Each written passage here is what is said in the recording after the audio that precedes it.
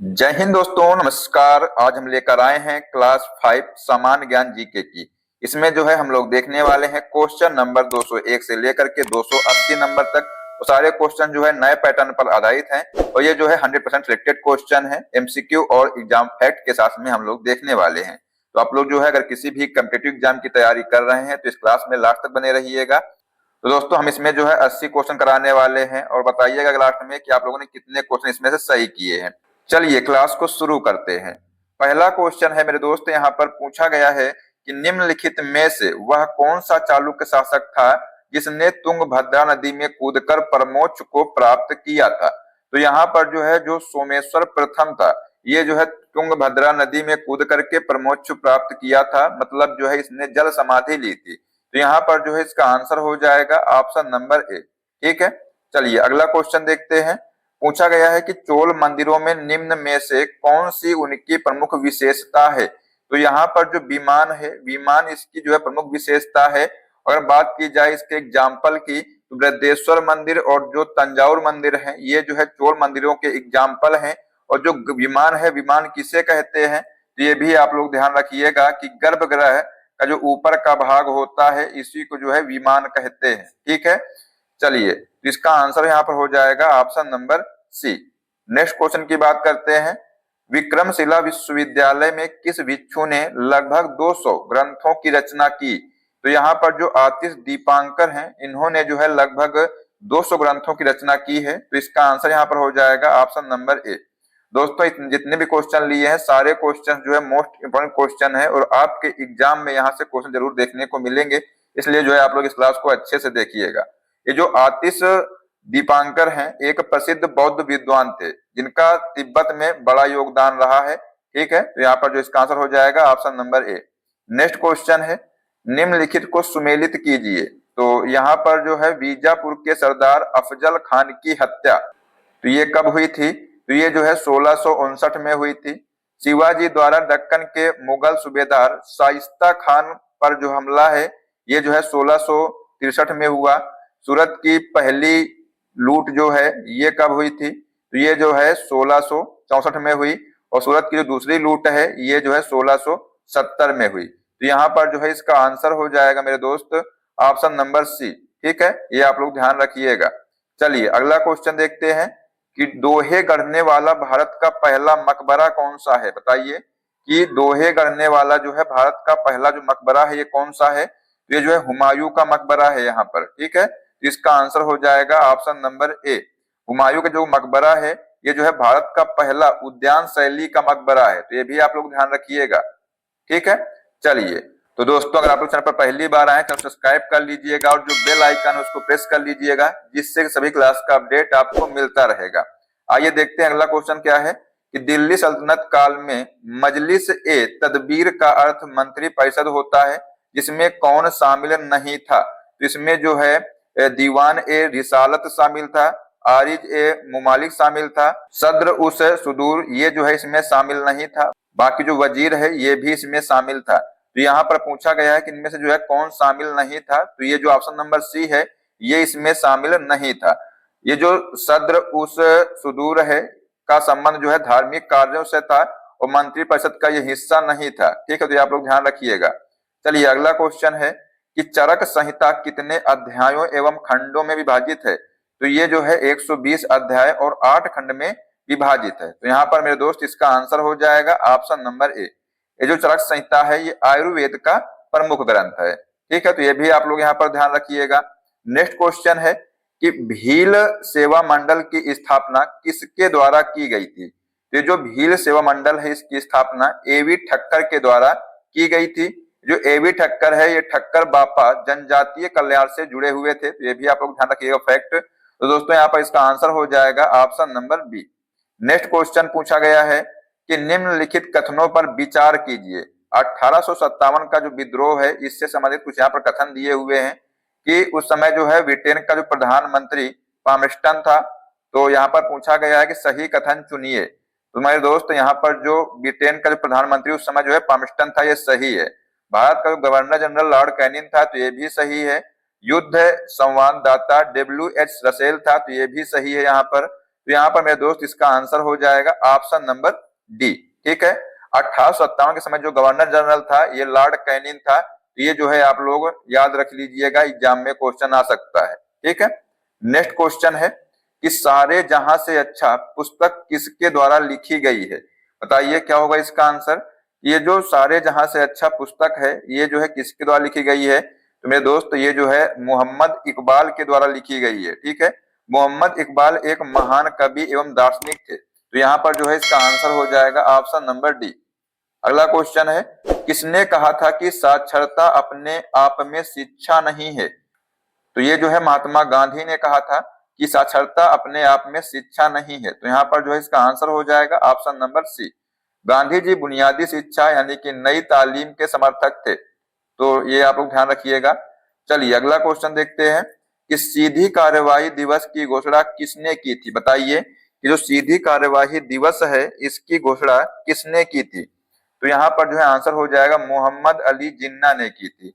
Direct action day कब मनाया जाता है, यानी जो सीधी कार्यवाही दिवस है ये कब मनाया जाता है? तो ये भी आप लोग ध्यान रखिएगा, 16 अगस्त 1946 को जो है ये मनाया जाता है। ठीक है, तो यहाँ पर इसका आंसर हो जाएगा ऑप्शन नंबर ए। अगला क्वेश्चन है कि भारत छोड़ो आंदोलन के दौरान उत्पन्न विद्रोह किस क्षेत्र में सर्वाधिक व्यापक रहा है? तो ये जो है बिहार क्षेत्र में जो है सर्वाधिक व्यापक रहा है। जयप्रकाश नारायण का जो है इसमें प्रमुख योगदान रहा है। ये भी आप लोग ध्यान रखिएगा, एग्जाम में आ सकता है। यहाँ पर जो है इसका आंसर हो जाएगा ऑप्शन नंबर बी। अगला क्वेश्चन है कि महात्मा गांधी की पुस्तक हिंद स्वराज ये किस वर्ष लिखी गई है? तो ये जो है 1906 में लिखी गई है। और हिंद स्वराज जो है ये ब्रिटिश शासन की तीखी आलोचना है इस पुस्तक में। तो यहाँ पर जो है इसका आंसर हो जाएगा ऑप्शन नंबर ए। ठीक है, नेक्स्ट क्वेश्चन है कि भारतीय दंड संहिता आईपीसी 1860 का मसौदा तैयार करने वाले आयोग की अध्यक्षता किसने की थी? तो यहाँ पर जो है आंसर हो जाएगा लॉर्ड मैकाले ने की थी। आईपीसी जो है 1 जनवरी 1862 में ये लागू हुआ। तो ये भी जो है आप लोग यहाँ पर याद रखिएगा। चलिए अगला क्वेश्चन है कि भारतीय संविधान ने केंद्र सरकार की कार्यपालिका शक्तियां किसमें निहित की है? तो ये जो है भारत के राष्ट्रपति में निहित की है। तो इसका यहाँ पर आंसर हो जाएगा ऑप्शन नंबर ए। अनुच्छेद 53 जो है ये कार्यपालिका शक्ति राष्ट्रपति में निहित है ये बताता है। तो इसको आप लोग नोट करिएगा, एग्जाम में क्वेश्चन आएगा और कई बार पूछा भी गया है। तो यहाँ पर जो है इसका आंसर हो जाएगा option number A. Next question है कि भारत के संविधान में अंतरराष्ट्रीय शांति एवं सुरक्षा के संवर्धन का उल्लेख कहाँ किया गया है? बताइए क्या होगा इसका आंसर। तो यहाँ पर जो है आंसर हो जाएगा राज्य के नीति निर्देशक तत्व। ठीक है, इसमें जो है इसका उल्लेख किया गया है। और अनुच्छेद 51 जो है ये अंतरराष्ट्रीय शांति की बात करता है। तो यहाँ पर जो है इसका आंसर हो जाएगा ऑप्शन नंबर बी। अगला क्वेश्चन है कि संघ समिति की नियुक्ति प्रधानमंत्री द्वारा क्यों की गई थी? तो ये जो है राष्ट्रमंडल खेल घोटालों की जांच के लिए की गई थी। और यह समिति जो है CWG घोटाले से संबंधित है, यानी कि संघ समिति की नियुक्ति से संबंधित है। तो यहाँ पर जो है इसका आंसर हो जाएगा ऑप्शन नंबर बी। ठीक है, नेक्स्ट क्वेश्चन की बात करते हैं। पूछा गया है कि संसद के दोनों सदनों की संयुक्त बैठक में मतदान तब हो सकता है यदि विधेयक को राष्ट्रपति के पास कितने माह तक रोका जाए? तो ये जो है 6 माह तक रोका जाए। संयुक्त बैठक जो है किस आर्टिकल में है? तो मेरे दोस्त ये जो है आर्टिकल 108 में है। ठीक है, तो ये आप लोग ध्यान रखिएगा, एग्जाम में कई बार पूछा गया है। तो यहाँ पर इसका आंसर हो जाएगा ऑप्शन नंबर सी। अगला क्वेश्चन है कि जनहित याचिका किसके द्वारा दाखिल की जा सकती है? तो ये जो है इनमें से जो कोई भी व्यक्ति के द्वारा जो है ये जनहित याचिका जो है तो दाखिल की जा सकती है। तो यहाँ पर जो है इसका आंसर हो जाएगा ऑप्शन नंबर ए। PIL का मतलब होता है न्यायिक सक्रियता का उदाहरण है ये PIL। ठीक है, तो ये भी आप लोग फैक्ट यहाँ पर ध्यान रखिएगा। अगला क्वेश्चन पूछा गया है कि पंचायती राज व्यवस्था में अनुसूचित जाति एवं जनजाति के आरक्षण का प्रावधान किस अनुच्छेद में नहीं है? तो यहाँ पर जो अनुच्छेद 243D है इसमें जो है इसका प्रावधान नहीं है। तो यहाँ पर मेरे दोस्त इसका आंसर हो जाएगा ऑप्शन नंबर बी। अगला क्वेश्चन है कि पृथ्वी के आंतरिक भाग में किस चट्टान का निर्माण अधिक ताप व दबाव के कारण होता है? तो ये जो है कायांतरित चट्टान, ठीक है। उदाहरण बात करते हैं इसमें, तो संगमरमर और जो स्लेट है ये इसके उदाहरण है। तो यहाँ पर इसका आंसर हो जाएगा option number D. Next question है कि भारत में कौन से महीने वापसी मानसून के होते हैं। तो यहाँ पर जो अक्टूबर और नवंबर का महीना है ये जो है वापसी मानसून का होता है। तो इसका आंसर यहाँ पर हो जाएगा ऑप्शन नंबर ए। अगला क्वेश्चन है कि पीर पंजाल श्रेणी अवस्थित है, मतलब जो पीर पंजाल श्रेणी है कहाँ पर स्थित है। तो ये जो है लघु हिमालय में स्थित है। तो यहाँ पर इसका आंसर हो जाएगा ऑप्शन नंबर ए। चलिए अगला क्वेश्चन है कि आम वर्षा एक शब्द है जिसका उपयोग किसके लिए किया जाता है। तो ये जो है मानसून पूर्व वर्षा के लिए जो है इसका उपयोग किया जाता है। आम वर्षा जो है ये केरल कर्नाटक में आम पकने में ये सहायक होती है। तो ये भी आप लोग ध्यान रखिएगा। तो इसका आंसर हो जाएगा ऑप्शन नंबर सी। अगला क्वेश्चन है कि वह कौन सा आकाशीय पिंड है जो परिक्रमण और परिभ्रमण लगभग समान समयावधि में पूरा करता है। तो ये जो चंद्रमा है ये जो है परिक्रमण और परिभ्रमण जो है लगभग समान समयावधि में पूरा करता है। तो यहाँ पर जो है इसका आंसर हो जाएगा ऑप्शन नंबर डी। चंद्रमा का परिभ्रमण काल जो है, परिक्रमण काल लगभग जो है 27.3 दिन होता है और इसी कारण जो है हमें चंद्रमा का केवल एक ही भाग दिखाई देता है, ठीक है। चलिए अगला क्वेश्चन देखते हैं कि यदि मांस को 140 डिग्री सेल्सियस से अधिक पर पकाया जाता है तो कौन सी अभिक्रिया होती है। तो इसमें जो है मैलार्ड अभिक्रिया होती है। तो यहाँ पर इसको याद रखिएगा, इसका जो है आंसर हो जाएगा ऑप्शन नंबर सी। और दोस्तों ये क्वेश्चन एग्जाम में आ सकता है, इसलिए जो है आप लोग इसको अच्छे से याद कर लीजिएगा। मैलार्ड जो अभिक्रिया है इसमें अमीनो अम्ल प्लस शर्करा के बीच क्रिया से भोजन का भूरा रंग व स्वाद बनता है, ठीक है। तो यहाँ पर जो है इसको याद रखिएगा। नेक्स्ट क्वेश्चन की बात करते हैं, निम्नलिखित में से किस विद्युत चुंबकीय तरंग में सबसे अधिक आवृत्ति होती है। तो यहाँ पर जो गामा तरंग है इसमें जो है सबसे अधिक आवृत्ति होती है। आवृत्ति की बात की जाए तो सबसे दोस्तों ज्यादा जो है आवृत्ति गामा की होती है, इससे कम जो है एक्सरे की होती है, फिर उससे कम जो है पराबैंगनी की होती है, फिर इसके बाद जो है दृश्य की होती है, और उससे कम जो है इंफ्रारेड की होती है, और उससे कम माइक्रो की होती है, और फिर जो है उससे कम रेडियो तरंगों की जो है आवृत्ति होती है। ये जो क्रम है आप लोग यहाँ पर ध्यान रखिएगा, ये एग्जाम में यहाँ से क्वेश्चन एक बनेगा, ठीक है। तो यहाँ पर जो है इसका आंसर हो जाएगा ऑप्शन नंबर सी। अगला क्वेश्चन है कि निम्नलिखित में से किन कारणों से इंद्रधनुष का निर्माण होता है। तो यहाँ पर जो अपवर्तन, परावर्तन और प्रकीर्णन है इससे जो है इंद्रधनुष का निर्माण होता है। इंद्रधनुष का निर्माण जो है जल की बूंदों में अपवर्तन, पूर्ण आंतरिक परावर्तन और प्रकीर्णन से होता है, ठीक है। तो यहाँ पर इसका आंसर हो जाएगा option number A. Next question है, बुलेट प्रूफ जैकेट के निर्माण में सामान्यतः किस सिंथेटिक पदार्थ का उपयोग किया जाता है।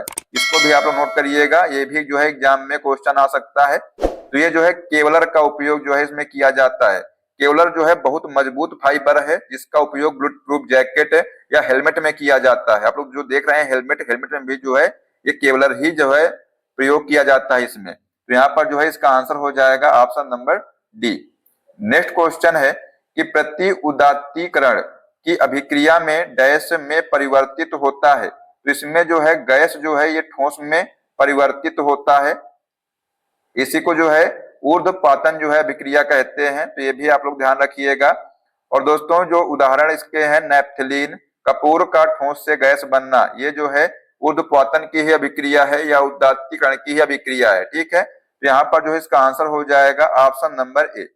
नेक्स्ट क्वेश्चन है कि डैश का उपयोग खाद्य परीक्षण में शराबी चालक की जांच के लिए किया जाता है। तो यहाँ पर जो पोटेशियम डाइक्रोमेट है इसका प्रयोग जो है शराबी चालक की जांच के लिए किया जाता है। तो यहाँ पर मेरे दोस्त इसका आंसर हो जाएगा option number C. Breath analyser में पोटेशियम डाइक्रोमेट एल्कोहल की पहचान के लिए जो है इसका प्रयोग किया जाता है। ये फैक्ट भी आप लोग ध्यान रखिएगा। चलिए अगला क्वेश्चन है कि एक समान व्यक्ति के मानव शरीर में लगभग कितना ग्राम मैग्नीशियम होता है। तो ये जो है 25 ग्राम जो है मैग्नीशियम होता है एक सामान्य व्यक्ति के शरीर में, ठीक है। मैग्नीशियम जो है हड्डियों, मांसपेशियों व एंजाइम क्रिया के लिए आवश्यक होता है। तो यहाँ पर जो इसका आंसर हो जाएगा ऑप्शन नंबर डी। अगला क्वेश्चन देखते हैं कि सूक्ष्म जीव मृत पौधों से किसका उत्पादन करने के लिए कार्य करते हैं। तो ये जो है ह्यूमस जो है का उत्पादन करने के लिए ये कार्य करते हैं। ह्यूमस मिट्टी की उर्वरता जो है बढ़ाता है, ठीक है, तो यहाँ पर जो है इसका आंसर हो जाएगा option number D. Next question है कि अमीबा में भोजन का पाचन किसमें होता है? तो ये जो है भोजन रसधानी में होता है, तो यहाँ पर जो है इसका आंसर हो जाएगा ऑप्शन नंबर ए। अमीबा में पाचन जो है फूड वैक्यूल में होता है, ठीक है। ये क्वेश्चन जो है एग्जाम में पूछा भी गया है कई बार, इसको आप लोग अच्छे से याद कर लीजिएगा। इसका आंसर यहाँ पर हो जाएगा option number A. Next question है कि जल पुनः अवशोषण में किस हार्मोन की भूमिका महत्वपूर्ण होती है? तो यहाँ पर जो वेसोप्रेसिन है, इसकी भूमिका है ये महत्वपूर्ण होती है। वेसोप्रेसिन जो है एडीएच यानी कि एंटी डायूरेटिक हार्मोन जो है इसको कहते हैं, और यह गुर्दे में जल पुनः अवशोषण बढ़ाता है, ठीक है। तो यहाँ पर इसका आंसर हो जाएगा ऑप्शन नंबर ए। चलिए अगला क्वेश्चन देखते हैं। गर्भनाल में कितनी धमनियां पाई जाती हैं? बताइए कि जो गर्भनाल है इसमें कितनी धमनियां पाई जाती हैं? इसमें जो है 2 धमनियां पाई जाती हैं। गर्भनाल जो है 2 धमनियां प्लस एक सिरा से मिलकर के बना होता है, तो ये भी आप लोग ध्यान रखिएगा, मतलब कि 2 धमनी प्लस एक सिरा, इससे जो है मिलकर के जो है बनती है, ठीक है। तो यहाँ पर जो इसका आंसर हो जाएगा ऑप्शन नंबर बी। अगला क्वेश्चन है कि निम्नलिखित में से कौन सा मेडुला ऑब्लांगेटा का कार्य नहीं है? तो यहाँ पर जो मांसपेशी संकुचन नियंत्रण है, ये जो है मेडुला ऑब्लांगेटा का काम नहीं है। बाकी जो रक्त दाब नियंत्रित करना, हृदय गति नियंत्रित करना और जो उपापचय नियंत्रण करना जो है इसका कार्य है। तो यहाँ पर जो इसका आंसर हो जाएगा ऑप्शन नंबर डी। जो मेडुला ऑब्लांगेटा है ये अनैच्छिक क्रियाएं जो है नियंत्रण करता है, हृदय श्वसन और बीपी को जो है यही नियंत्रण करता है, ठीक है। तो यहाँ पर जो है इसका आंसर हो जाएगा ऑप्शन नंबर डी। अगला क्वेश्चन है कि ऑटो वान ग्यूरिके 17वीं शताब्दी में किस आविष्कार के लिए प्रसिद्ध थे? तो ये जो है वायु पंप के लिए प्रसिद्ध थे, और इन्होंने जो है मैकबर्ग हेमिस्फेयर एक्सपेरिमेंट किया था, ठीक है। तो ये आप लोग ध्यान रखिएगा। तो यहाँ पर जो है इसका आंसर हो जाएगा option number B. Next question है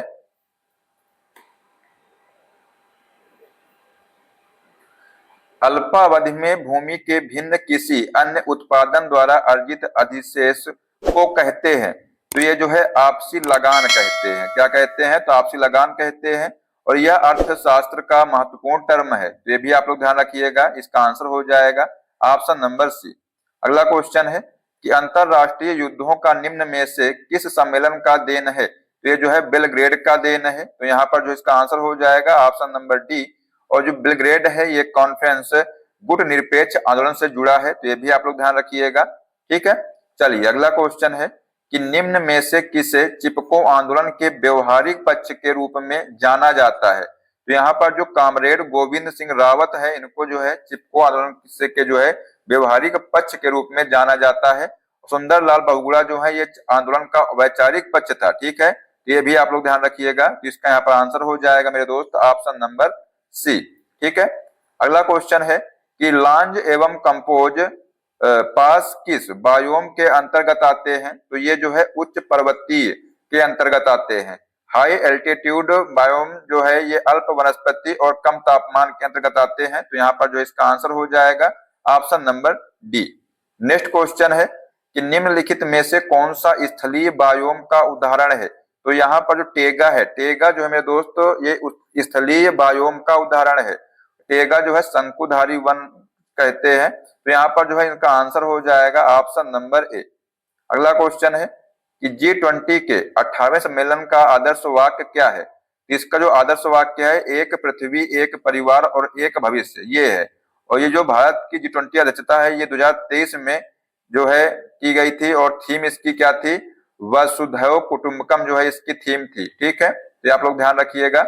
नेक्स्ट क्वेश्चन है कि मानव विकास सूचकांक का कौन सा आयाम नहीं है? तो यहाँ पर जो है लंबा एवं स्वस्थ जीवन, ज्ञान की क्षमता, अच्छा जीवन स्तर, ये जो है इसके आयाम है। बाकी जो ये स्वच्छ पर्यावरण की प्राप्ति, ये मेरे दोस्त इसका आयाम नहीं है। तो यहाँ पर जो है इसका आंसर हो जाएगा option number D.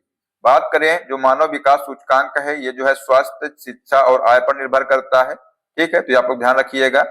Next question है कि गहन जिला कृषि कार्यक्रम किस वर्ष प्रारंभ किया गया था? बताइए जो गहन जिला कृषि कार्यक्रम है ये किस वर्ष प्रारंभ किया गया था? तो ये जो है 1960-61 में प्रारंभ किया गया था। IADP जो है ये हरित क्रांति की शुरुआत की थी इसने, तो यहाँ पर जो है इसका आंसर हो जाएगा ऑप्शन नंबर ए।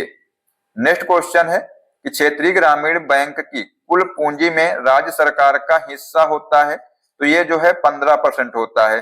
अब बात करें भारत सरकार का जो हिस्सा होता है ये 50% होता है, राज्य सरकार का जो हिस्सा होता है 15% होता है, ये जो प्रयोजक बैंक का हिस्सा होता है इसमें जो है 35% होता है। ठीक है, तो यहाँ पर इसका आंसर हो जाएगा option number B. Next question है कि निम्नलिखित में से कौन सा संरक्षित क्षेत्र कावेरी बेसिन में स्थित है?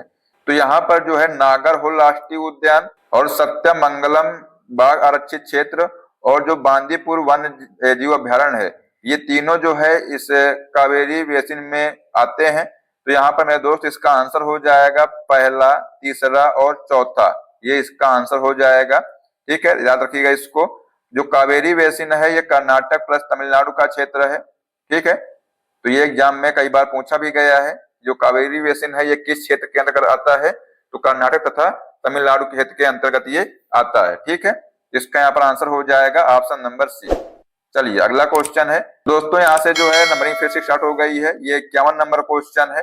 ठीक है, तो क्वेश्चन है कि दार्शनिक विषयों से संबंधित बौद्ध ग्रंथ का नाम क्या है? इसका नाम है अभिधम्म पिटक। ठीक है, और दोस्तों जो अभिधम्म पिटक है ये जो है बौद्ध ग्रंथ से संबंधित जो है ग्रंथ है। और त्रिपिटक के 3 भाग होते हैं, कौन कौन से? तो विनय पिटक, इसमें जो है अनुशासन की बात की गई है। सूत्र पिटक में उपदेश की बात की गई है। और जो अभिधम्म पिटक है इसमें दोस्तों दर्शन की बात की गई है। तो यहाँ पर इसका आंसर हो जाएगा option number C. Next question है कि निम्न कथनों पर विचार कीजिए। वेदों में ऋग्वेद, यजुर्वेद एवं सामवेद शामिल हैं, सही है। छंदोग्य उपनिषद को सबसे प्राचीन उपनिषद माना जाता है, तो ये भी सही है। असतो मां सद्गमय ब्रह्मारण्यक उपनिषद से लिया गया है, तो ये भी सही है। तो यहाँ पर मेरे दोस्त ये जो ऑप्शन नंबर डी है ये इसका आंसर हो जाएगा। ये जो 4 वेद कौन कौन से हैं? तो ऋग्वेद, यजुर्वेद, सामवेद और अथर्ववेद, ये 4 वेद होते हैं। ठीक है, तो यहाँ पर मेरे दोस्त इसका आंसर हो जाएगा option number D. Next question है कि निम्न में कौन सा युग्म मानव सभ्यता से संबंधित है? तो यहाँ पर जो होलोसीन है ये जो है मानव सभ्यता से संबंधित युग है। तो यहाँ पर जो है इसका आंसर हो जाएगा ऑप्शन नंबर ए। ये जो होलोसीन युग है ये जो है आधुनिक मानव सभ्यता का काल है। ठीक है, नेक्स्ट क्वेश्चन है कि प्रशासन के संदर्भ में सुमेलित कीजिए। दीवान ए अर्ज, ये जो दीवान ए अर्ज है ये जो है सैन्य विभाग से संबंधित कार्य करता है। दीवान ए रसालत ये जो है विदेशी व धार्मिक मामले संभालता है। दीवान ए इंसा जो है ये संचार विभाग से संबंधित है। और जो दीवान ए बिजारत है ये जो है वित्त विभाग से संबंधित कार्य करता है। तो यहाँ पर जो है इसका आंसर हो जाएगा ऑप्शन नंबर डी। ठीक है, चलिए अगला क्वेश्चन है कि निम्नलिखित बहमन शासकों में से किसने बीजापुर में प्रसिद्ध गोल गुंबद का निर्माण कराया था? तो यहाँ पर जो मोहम्मद आदिल शाह है इसने जो है बीजापुर में गोल गुंबद का निर्माण कराया था। तो इसका यहाँ पर आंसर हो जाएगा ऑप्शन नंबर ए।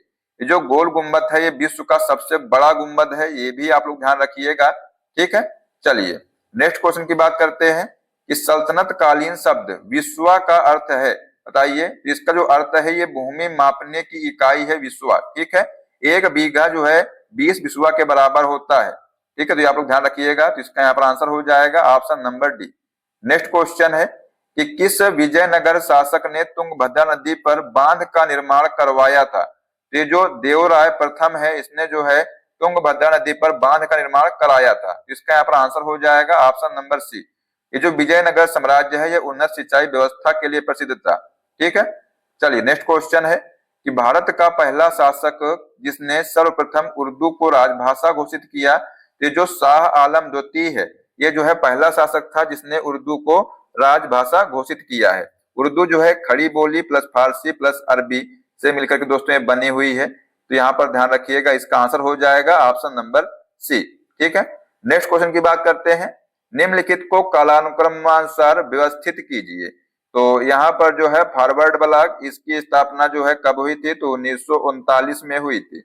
जो अगस्त प्रस्ताव है मेरे दोस्त इसकी जो है ये 1940 में आया। और दोस्तों जो आजाद हिंद फौज का गठन है ये कब किया गया? तो ये जो है 1942 में किया गया। और जो मुस्लिम लीग द्वारा जो मुक्ति दिवस है ये जो है 1939 में जो है ये मनाया गया। तो यहाँ पर दोस्तों जो मुस्लिम लीग द्वारा मुक्ति दिवस है ये आ जाएगा पहले नंबर पे, दूसरे में आ जाएगा ये फॉरवर्ड ब्लॉक, तीसरे में आ जाएगा ये जो है अगस्त प्रस्ताव और चौथे में आ जाएगा ये आ जाएगा। ठीक है, तो मेरे दोस्त यहाँ पर जो है आंसर हो जाएगा 4 1 2 3। ये जो है इसका राइट आंसर यहाँ पर हो जाएगा। ठीक है, चलिए अगला क्वेश्चन देखते हैं। अगस्त 1932 में मैकडोनाल्ड के सांप्रदायिक पंचायत द्वारा पहली बार पृथक निर्वाचन किसके लिए दिया गया था? बताइए क्या होगा इसका आंसर। तो यहाँ पर जो है ये दलितों के लिए दिया गया था, तो इसका यहाँ पर आंसर हो जाएगा ऑप्शन नंबर डी। इसी के विरोध में पूना पैक्ट यानी 1932 में हुआ था। ठीक है, तो यहाँ पर जो इसका आंसर ध्यान रखिएगा आप लोग, इसका आंसर हो जाएगा option number D. Next question है, ब्रिटिश भारतीय राज्य क्षेत्र का अंतिम प्रमुख विस्तार किसके समय में हुआ था? तो ये जो है लॉर्ड डलहौजी के समय में हुआ था। तो यहाँ पर जो इसका आंसर हो जाएगा ऑप्शन नंबर ए। नीति जो है ये डॉक्ट्रिन ऑफ लैप्लॉस नीति ने जो है दी थी, किसने? तो लॉर्ड डलहौजी ने दिया था। ये भी आप लोग यहाँ पर ध्यान रखिएगा। ठीक है, चलिए नेक्स्ट क्वेश्चन है कि अकाल रोकने एवं पीड़ितों की सहायता हेतु भारत सरकार ने अकाल संहिता कब मनाई? तो जो है 1879 ईस्वी में मनाई थी। ठीक है, चलिए नेक्स्ट क्वेश्चन है कि वर्ष 1922 के साराबंदी यानी कि नो टैक्स आंदोलन का नेतृत्व किसने किया था? तो जो सरदार पटेल ने किया था। तो यहाँ पर इसका आंसर हो जाएगा ऑप्शन नंबर डी। अगला क्वेश्चन है कि निम्न में से कौन दादा भाई नौरोजी के धन निकासी सिद्धांत से सहमत नहीं था? तो यहाँ पर जो है सर सैयद अहमद खां ये जो है इससे सहमत नहीं था। ठीक है, चलिए अगला क्वेश्चन है कि इंडिपेंडेंट लेबर पार्टी का गठन किसने किया था? तो ये जो भीमराव अंबेडकर है, इन्होंने जो है इंडिपेंडेंट लेबर पार्टी का गठन किया था। तो यहाँ पर इसका आंसर हो जाएगा ऑप्शन नंबर ए। इसकी स्थापना की बात की जाए तो ये जो है 1936 में जो है इसकी स्थापना हुई थी। कब हुई थी? 1936 में। ठीक है, चलिए नेक्स्ट क्वेश्चन देखते हैं। पूछा गया है कि निम्न में से कौन सा मौलिक अधिकार न्यायिक निर्देश द्वारा प्रतिबंधित होता है? तो ये जो है संवैधानिक उपचार का जो अधिकार है ये जो है न्यायिक निर्देश द्वारा प्रतिबंधित होता है। ये जो है अनुच्छेद 32 में जो है इसको कहा गया है संविधान की आत्मा। और किसने कहा था? तो डॉक्टर अम्बेडकर ने जो है इसको संविधान की आत्मा कहा है, अनुच्छेद 32 को। ठीक है, ये जो एग्जाम में कई बार पूछा भी गया है। तो यहाँ पर इसका आंसर हो जाएगा option number D. Next question है कि संयुक्त संसदीय समिति के अध्यक्ष का मनोनयन किसके द्वारा किया जाता है? तो ये जो है लोकसभा अध्यक्ष के द्वारा किया जाता है। और संयुक्त संसदीय समिति का जो गठन है ये संसद करती है। अध्यक्ष का चयन जो है लोकसभा अध्यक्ष द्वारा किया जाता है। और जेपीसी का उपयोग बड़े घोटालों की जांच में होता है, जैसे 2G और पेगासस, इसमें जो है इसका उपयोग किया जाता है। तो यहाँ पर जो है इसका आंसर हो जाएगा ऑप्शन नंबर डी। ठीक है, चलिए अगला क्वेश्चन है कि किस संविधान संशोधन द्वारा राष्ट्रपति शासन को 3 वर्ष तक बढ़ाने की व्यवस्था की गई है? तो यहाँ पर जो है 59वां जो संविधान संशोधन है इसके द्वारा जो है जो राष्ट्रपति शासन है इसको 3 वर्ष तक बढ़ाने की व्यवस्था की गई है। ठीक है, इसमें जो है पंजाब के लिए जो है ये लाया गया था, ये भी आप लोग ध्यान रखिएगा। राष्ट्रपति जो शासन है ये सामान्यतः 6 माह का होता है और अधिकतम अवधि जो है 3 वर्ष होती है। विशेष परिस्थितियों में इसको बढ़ा दिया जाता है इसको। ठीक है, तो यहाँ पर जो है इसका आंसर हो जाएगा ऑप्शन नंबर सी। अगला क्वेश्चन है शून्य आधारित बजट जो है व्यवस्था किस पर आधारित है? तो ये जो व्यवस्था है ये बिना किसी संदर्भ ग्रहण किए कार्यक्रमों के निर्माण पर जो है ये आधारित है। जीरो बेस्ड बजटिंग जो है इसमें हर योजना को नए सिरे से औचित्य सिद्ध करना होता है।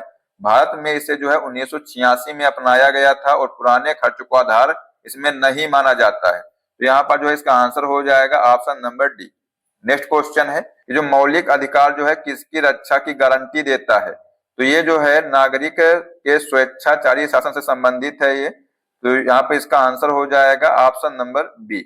मौलिक अधिकार राज्य के विरुद्ध नागरिक की रक्षा करते हैं। अनुच्छेद 12 से 35 में जो है ये वर्णित है और इन्हें जो है निलंबित किया जा सकता है आपातकाल में, कुछ अपवादों को छोड़ करके। मतलब कुछ आर्टिकल ऐसे हैं जिनको जो है निलंबित नहीं किया जा सकता है। तो यहाँ पर इसका आंसर हो जाएगा option number B. Next question है कि निम्नलिखित युग्मों में से कौन सा युग्म यानी अनुच्छेद और प्रावधान सही नहीं है? तो यहाँ पर जो है अनुच्छेद 124 इसमें जो है उच्चतम न्यायालय का अभिलेख न्यायालय होना ये जो है इससे संबंधित नहीं है, क्योंकि जो अनुच्छेद 124 है इसमें सर्वोच्च न्यायालय की स्थापना की बात की गई है। ठीक है, तो यहाँ पर इसका आंसर हो जाएगा ऑप्शन नंबर ए। ये जो है इसमें जो है गलत है। ठीक है, बाकी जो अनुच्छेद 132 है इसमें उच्चतम न्यायालय की अपीलीय अधिकारिता की बात की गई है। अनुच्छेद 43 में उच्चतम न्यायालय की परामर्श शक्ति की बात की गई है। और अनुच्छेद जो 136 है ये जो है अपील के लिए विशेष अनुमति से संबंधित है। अगर बात करें दोस्तों अनुच्छेद 129 की, तो ये जो है सर्वोच्च न्यायालय अभिलेख न्यायालय है, ये जो है इसमें कहा गया है। तो यहाँ पर दोस्तों इसका आंसर हो जाएगा ऑप्शन नंबर ए। ठीक है, चलिए अगला क्वेश्चन है कि 30 डिग्री और 35 डिग्री उत्तर एवं दक्षिणी अक्षांशों के मध्य पूरे वर्ष चलने वाली जो पवनें हैं ये क्या कहलाती हैं? जो पवनें हैं ये व्यापारिक हवाएं कहलाती हैं। तो यहाँ पर इसका आंसर हो जाएगा option number B, trade winds स्थायी पवनें हैं। उत्तरी गोलार्ध में ये उत्तर पूर्व से दक्षिण पश्चिम में चलती हैं और दक्षिणी गोलार्ध में ये उत्तर पूर्व से उत्तर पश्चिम चलती हैं। तो ये फैक्ट भी आप लोग ध्यान रखिएगा। ठीक है, चलिए अगला क्वेश्चन देखते हैं। पूछा गया है कि हिमालय की सबसे पूर्वी चोटी निम्नलिखित में से कौन सी है? बताइए क्या होगा इसका आंसर, कि हिमालय की सबसे पूर्वी चोटी कौन सी है?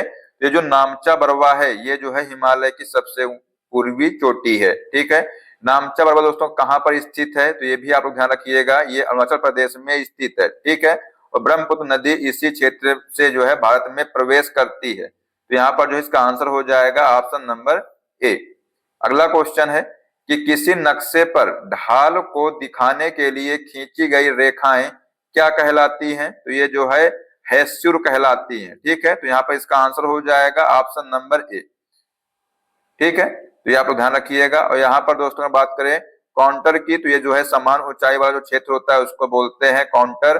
और जो हैचर है ये ढाल की तीव्रता जो है इसको बोलते हैं। और जो स्पॉट हाइट है ये किसी बिंदु की ऊंचाई को जो है कहते हैं। ठीक है, तो ये आप लोग ध्यान रखिएगा। चलिए अगला क्वेश्चन है कि निम्नलिखित में से किस महासागर का सर्वाधिक विस्तार महाद्वीपीय ढाल क्षेत्र है? बताइए क्या होगा इसका आंसर, कि निम्नलिखित में से किस महासागर का जो सर्वाधिक विस्तार महाद्वीपीय ढाल क्षेत्र है? तो ये जो है अटलांटिक महासागर है। ठीक है, तो यहाँ पर इसका आंसर हो जाएगा ऑप्शन नंबर डी। अटलांटिक महासागर में महाद्वीपीय ढाल सबसे चौड़ी होती है और प्रशांत महासागर में यह सबसे संकरी होती है। तो यहाँ पर इसका आंसर हो जाएगा option number D. Next question है कि धारावाहक चालक का संबंध किससे होता है? तो ये जो है विद्युतीय चुंबकीय क्षेत्र से होता है। ठीक है, तो यहाँ पर इसका आंसर हो जाएगा ऑप्शन नंबर सी। धारा प्रवाहित चालक के चारों ओर चुंबकीय क्षेत्र उत्पन्न होता है और यह ओस्टेड का प्रयोग सिद्ध करता है। किसका? तो ओस्टेड का जो है प्रयोग यह सिद्ध करता है। और विद्युत प्लस चुंबकत्व ये जो है इलेक्ट्रोमैग्नेटिक जो है इसमें होता है। ठीक है, तो यहाँ पर जो इसका आंसर हो जाएगा ऑप्शन नंबर सी। अगला क्वेश्चन है कि हिग्स बोसान की उपस्थिति की पुष्टि किसका अस्तित्व सिद्ध करती है? तो ये जो है मूल कणों के द्रव्यमान में प्रतिरूपक का जो है ये अस्तित्व सिद्ध करता है। ठीक है, हिग्स बोसान को गॉड पार्टिकल्स कहा जाता है और यह कणों को द्रव्यमान प्रदान करता है। यहाँ पर जो है इसका आंसर हो जाएगा ऑप्शन नंबर डी। चलिए अगला क्वेश्चन देखते हैं। पूछा गया है कि नम वायु में रखी गई लोहे की चादर पर जंग लग जाती है, तो जंग संबंध में कौन सा कथन सही है? तो यहाँ पर जो यह एक मूल तत्व है ये जो है इसमें कथन सही है। ठीक है, जंग जो है हाइड्रेटेड फेरिक ऑक्साइड यानी कि इसका सूत्र होता है Fe2O3.H2O। ठीक है, ये जो है इसका सूत्र होता है। जंग तत्व नहीं है बल्कि यह यौगिक है, नमी और ऑक्सीजन आवश्यक है इसके लिए। ठीक है, तो यहाँ पर इसका आंसर हो जाएगा option number A. Next question है कि हैबर प्रक्रिया द्वारा अमोनिया के उत्पादन में किस उत्प्रेरक का उपयोग किया जाता है? तो यहाँ पर जो है हैबर प्रक्रिया द्वारा जो है अमोनिया के उत्पादन के लिए उत्प्रेरक के रूप में लोहे का उपयोग किया जाता है। तो यहाँ पर जो है इसका आंसर हो जाएगा केवल दो इसमें से सही है। ठीक है, चलिए अगला क्वेश्चन देखते हैं मेरे दोस्त क्या पूछा गया है। क्वेश्चन है कि एम कोश में अधिकतम कितने इलेक्ट्रॉन हो सकते हैं? तो यहाँ पर जो है 18 इलेक्ट्रॉन हो सकते हैं। कैसे निकालेंगे? तो दोस्तों यहाँ पर ध्यान रखिएगा, ये जो है एम कोश में पूछा गया है तो कितने कोश होते हैं? 4 कोश होते हैं। KLMN होते हैं 4 कोश। अब यहाँ पर इसका सूत्र होता है 2n²। ठीक है, ये हो गया हमारा पहला कोश, ये हो गया दूसरा कोश, ये हो गया तीसरा कोश और ये हो गया चौथा कोश। n का मान कितना है? तो ये जो है तीसरे कोश की बात की गई है, मतलब जो n है ये 3 हो जाएगा। तो 2 गुणित 3 का स्क्वायर हो जाएगा, तो 2 गुणित 3 3 9 हो जाएगा। तो ये जो है 18 हो जाएगा। तो यहाँ पर जो है अधिकतम 18 इलेक्ट्रॉन हो सकते हैं। ठीक है, इसको आप लोग ऐसे सॉल्व कर सकते हैं। तो यहाँ पर जो है इसका आंसर हो जाएगा ऑप्शन नंबर डी। तो दोस्तों यहाँ पर हमने आपको 80 क्वेश्चन करा दिए हैं, तो बताइए आप लोग कमेंट बॉक्स में कि कितने क्वेश्चन जो है आप लोगों ने सही किए हैं। ठीक है, अब आइए आपको क्वेश्चन देते हैं। क्वेश्चन क्या है कि भारतीय संविधान का जनक किसे कहा जाता है? बताइए कि जो भारतीय संविधान का जनक किसे कहा जाता है? तो यहाँ पर जो ऑप्शन दिए हैं, doctor Rajendra Prasad, Mahatma Gandhi, doctor B R Ambedkar या जवाहरलाल नेहरू। तो इसका जो आंसर है बताइए आप लोग कमेंट बॉक्स में क्या होगा। देखते हैं कितने बच्चे जो है इसका सही जवाब दे पाते हैं। तो दोस्तों आशा करते हैं कि आपको क्लास पसंद आई होगी, और अगर आपको क्लास पसंद आई तो इसको लाइक कर दीजिएगा, सबसे अपने दोस्तों को शेयर कर दीजिएगा, और अगर आप चैनल पर पहली बार आए तो सब्सक्राइब कर लीजिएगा और जो बेल आइकन उसको प्रेस कर लीजिएगा, जिससे सभी क्लास का अपडेट आपको मिलता रहेगा। मिलते हैं नेक्स्ट क्लास में। जय हिंद, जय भारत, वंदे मातरम।